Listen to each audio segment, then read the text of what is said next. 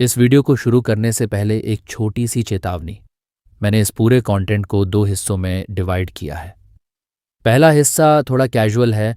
यहाँ आप जानोगे कि मैनिपुलेशन कैसे रोज़मर्रा की ज़िंदगी में काम करता है। लेकिन दूसरा हिस्सा बहुत ही डार्क है। इसमें मैं बताने वाला हूँ वो साइकोलॉजी जो पूरी दुनिया के बड़े सिस्टम्स को कंट्रोल करती है। रिलीजन, पॉलिटिक्स, मीडिया और कॉरपोरेशंस। अगर आप थोड़ा कमज़ोर दिल वाले हैं तो आप सिर्फ पहला चैप्टर देखकर इस वीडियो को स्किप कर सकते हैं। तो चलो शुरू करते हैं। चैप्टर 1, ट्रस्ट और वीकनेस का गेम। ज़रा सोचिए, आप किसी नए इंसान से मिलते हैं। वो हर वक्त आपकी हेल्प करता है, आपकी बातें ध्यान से सुनता है और हमेशा आपके साथ खड़ा रहता है। आपके दिमाग में तुरंत एक आवाज़ आती है, ये इंसान तो बिल्कुल सच्चा दोस्त है। लेकिन यहीं से शुरू होता है मैनिपुलेशन का पहला स्टेप, ट्रस्ट बिल्डिंग। पार्ट 1, विश्वास का जाल, the trap of trust. Her manipulator सबसे पहले भरोसे का जाल बुनता है। वो ऐसा दिखाता है कि उसका इरादा सिर्फ आपकी भलाई का है। साइकोलॉजी कहती है, जब कोई हमें लगातार छोटी छोटी मदद देता है, हमारा दिमाग उसे ऑटोमेटिकली ट्रस्टवर्दी मान लेता है। हमारे अंदर एक सोच बनती है, ये मेरा दोस्त है, ये मेरा नुकसान नहीं कर सकता। लेकिन सच ये है कि वही भरोसा उसका सबसे बड़ा हथियार होता है। जब विश्वास की दीवार गिरती है तब माइंड का दरवाज़ा खुल जाता है और जो भी अंदर घुसता है वो आपके डिसीजंस तक कंट्रोल कर लेता है। पार्ट 2, कमज़ोरी की खोज, फाइंडिंग वीकनेस। अब सवाल ये है कि मैनिपुलेटर आपकी वीकनेस ढूंढता कैसे है? बहुत सिंपल है, वो सुनता है।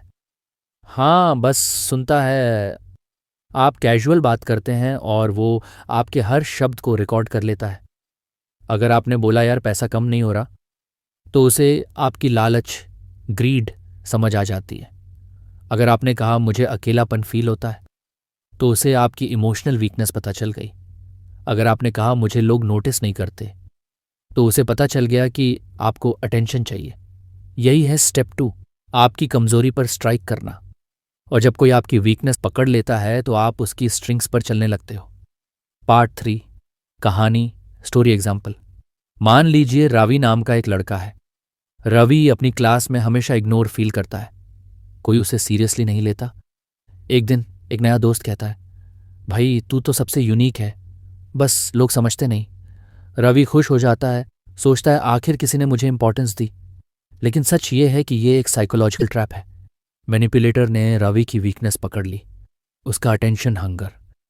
अब जब भी वो मैनिपुलेटर रवि से कोई काम करवाना चाहता है तो बस 2 बातें कहता है, तू तो सबसे अलग है, बस ये काम कर दे। और रवि हर बार मान जाता है। Part 4, reality check, analysis. ये खेल हर जगह चलता है, रिश्तों में, दोस्ती में, बिजनेस में, यहाँ तक कि पॉलिटिक्स में भी। हर जगह कोई ना कोई आपकी वीकनेस एक्सप्लोर करता है और उसी पर कंट्रोल करता है। याद रखो, मैनिपुलेशन हमेशा धीरे धीरे होता है। पहले भरोसा बनता है, फिर वीकनेस पकड़ी जाती है और धीरे धीरे आप खुद पपेट बन जाते हो। तो ये था पहला चैप्टर, ट्रस्ट और वीकनेस का गेम। अगले चैप्टर में हम समझेंगे कि मैनिपुलेटर कैसे इमोशंस और इल्यूजन ऑफ चॉइस का इस्तेमाल करता है। मतलब वो आपको ऐसा फील कराता है कि आपने डिसीजन लिया है, लेकिन असल में वो डिसीजन पहले से स्क्रिप्टेड होता है। Chapter 2, the illusion of choice. क्या आपने कभी सोचा है कि पूरी दुनिया जिस रास्ते पर चल रही है, वो रास्ता असल में किसने बनाया? क्या सचमुच आप अपने फैसले खुद लेते हैं, या फिर आपकी इमोशंस और चॉइसेस पहले से तय की हुई स्क्रिप्ट का हिस्सा हैं?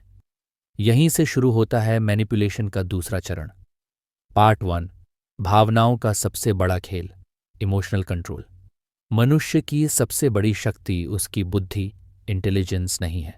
उसकी सबसे बड़ी कमजोरी उसकी भावनाएं, इमोशंस हैं।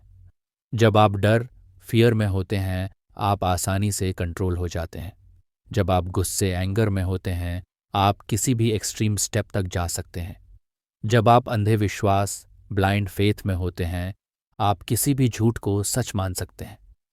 यही कारण है कि पूरी दुनिया के सबसे बड़े सिस्टम्स, रिलीजन, पॉलिटिक्स और मीडिया सबसे पहले आपकी इमोशंस को टारगेट करते हैं।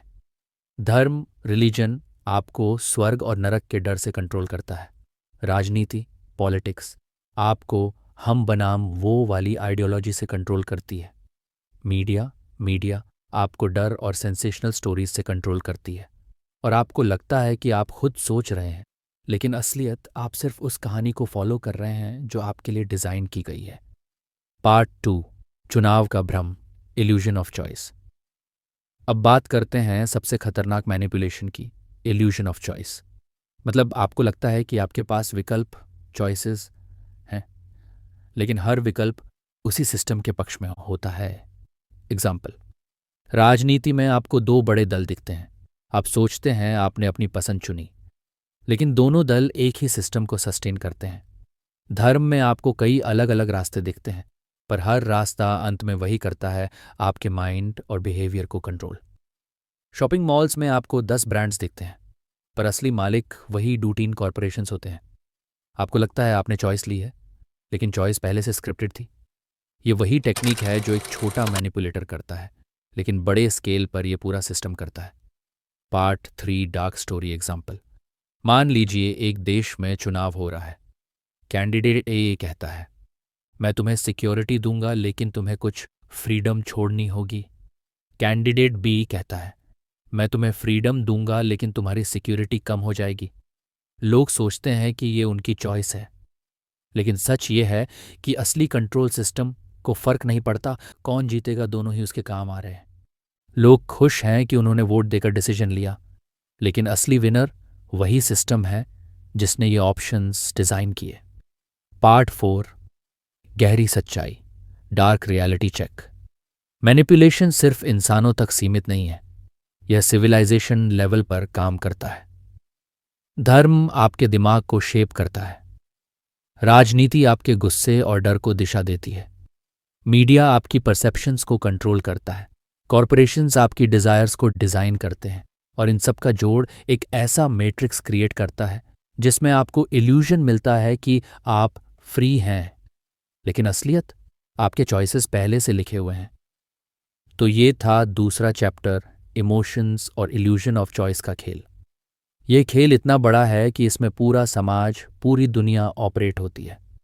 आपको लगता है आप स्वतंत्र, फ्री हैं, लेकिन सच ये है कि आपकी स्वतंत्रता सिर्फ एक खूबसूरत इल्यूजन है।